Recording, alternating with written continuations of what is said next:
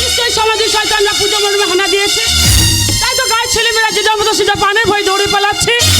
এখন আমি কি যে করি? হে বাবা ভোলানাথ, তুমি আমার রক্ষা করো, রক্ষা করো। আমি করব। দাদা তুমি? মদন, মদন পাল। যেখানে ঢুকবে না সোচ, ওখানেই ঢুকিয়ে দেবো ফাল। তোকে ডাকলে তো তুই দেখা করিস না, তাই তোর সঙ্গে বেশ কিছু কথা রয়েছে, তাই তোর কাছে এসেছি। কেন দাদা? আবার কেন কি? তুই আমার মায়ের পেটের বোন, তোর সঙ্গে আমার গোপন কথা রয়েছে, তাই তো একটা নির্জন জায়গা দেখে আমি এখানেই চলে এলাম। দোহাই দাদা, আমাকে বাড়ি ফিরে যেতে দাও দাদা। বাড়ি? যাও তো দাদা, তোমার ভগ্নিপতি কোম্পানি কাজ নিয়ে ব্যস্ত থাকে। তাছাড়া আমার দুই ছেলে সঞ্জু আর গৌরব, ওরা ঘুমিয়ে আছে। ওদের ঘুম ভেঙে গেলে আমাকে না দেখতে পেলে ভীষণ কান্নাকাটি করবে। তাছাড়া বড়দির বড় ছেলে বোকা হাদারামটা ভারী দুষ্টু, হয়তো ওদের মারধর করবে।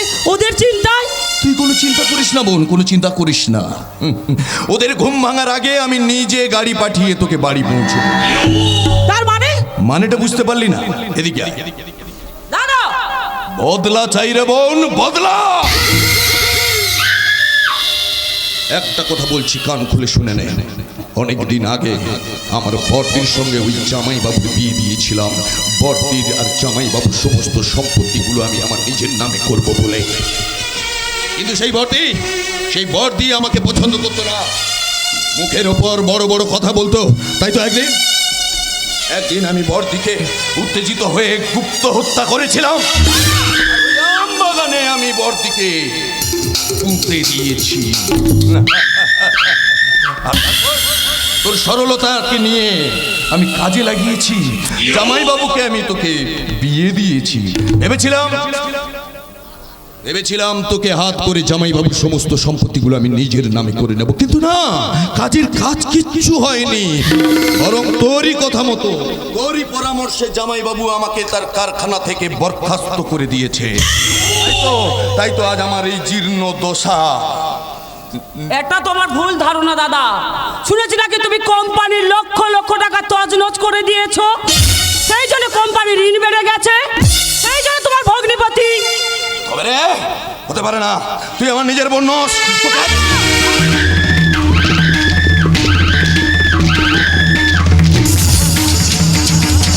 ওগো, তুমি এসেছো। তুমি কেন দাদাকে কোম্পানি থেকে কেন বঞ্চিত করেছো? তুমি কেন দাদার ভবিষ্যতে কেন ছিনিমিনি খেলা খেলেছো? তাই তো দাদা আমাকে। ওদের মুখে কথা না শোনেন, আমি ছুটে এসেছি সুচরিতা। আমি ভাবতে পারছি না নিজের দাদা হয়ে কি করে কাজ করতে পারে। আজ ওই পশুটার সঙ্গে আমি শেষ বোঝাপড়া করে নেবো। বাবু, জানোয়ার, কে তোর জামাই বাবু? তোর মতো একটা চোর বদমাইশ চরিত্রহীনের মুখে ওই ডাক আমি শুনতে চাই না। শোন জানোয়ার, যে হাত দিয়ে তুই সুচরিতার গলা টেপে মারতে উদ্যত হয়েছিলি, তোর সেই কালো হাত দুটো আজ আমি ভেঙে দেবো জানোয়ার।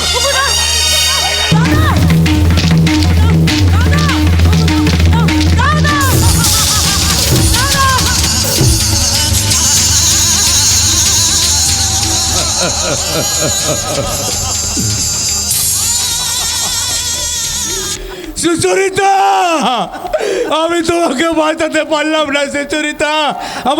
আমার মাথাটা ঘুরছে, দু চোখ অন্ধকার হয়ে আসছে, আমি তোকে কিছু দেখতে পাচ্ছি না। আমাকে বাঁচাও সুচরিতা, আমাকে।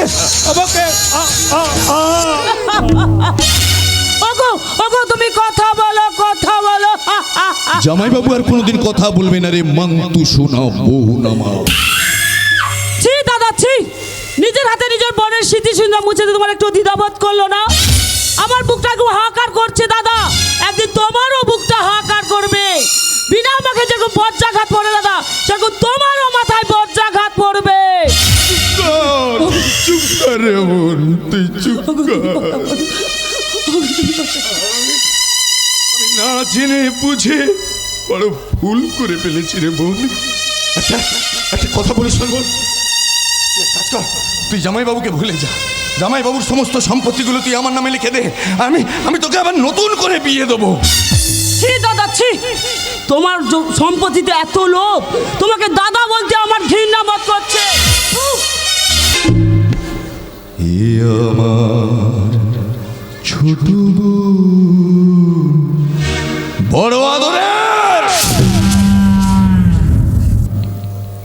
তু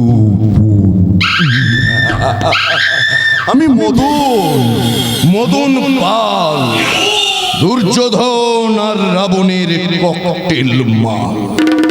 যেখানে ঢুকলো না সূচ, ওখানেই ঢুকিয়ে দিলাম পাল। জামাইবাবুকে নিয়ে আমি কিছু ভাবছি না। জামাইবাবুকে আমি যেভাবে মেরেছি, জামাইবাবু জ্ঞান হারিয়েছে। জ্ঞান ফিরে পেলে জামাইবাবু পাগল হয়ে যাবে। আমি ভাবছি আমার জামাইবাবুর 3 ছেলে, বড় ছেলে বলরাম, সে তো মানসিক প্রতিবন্ধী, তাকে নিয়ে আমার তেমন কিছু যায় আসে না। কিন্তু সুচরিতার বড় ছেলে অর্থাৎ আমার মেজো ভাগ্নে গৌরব আর সঞ্জু, ওরা খুব ছোট। আমি মনে করলে আজই বাড়ি ফিরে গিয়ে টুকরো টুকরো করে কেটে নদীর জলে ভাসিয়ে দিতে পারি। না, কথায় আছে শিশু হত্যা মহাপাপ। ওদেরকে আমি আমার মতো করে গড়ে তুলব, আর জামাই বাবুর সমস্ত সম্পত্তিগুলো আমি এক এক করে আমার নামে লিখে নেব। সুচরিতার লাশটাকে ওই সুবর্ণলতার কবরের পাশে 10 ফুট মাটি খুঁটে গর্ত করে পুঁতে দেব, আর সেই কবরের ওপরে বসিয়ে দেব সুদৃশ্য তুলসী মঞ্চ। আমি মদন পাল, যেখানে ঢুকবে না সোচ ওখানেই ঢুকিয়ে দেব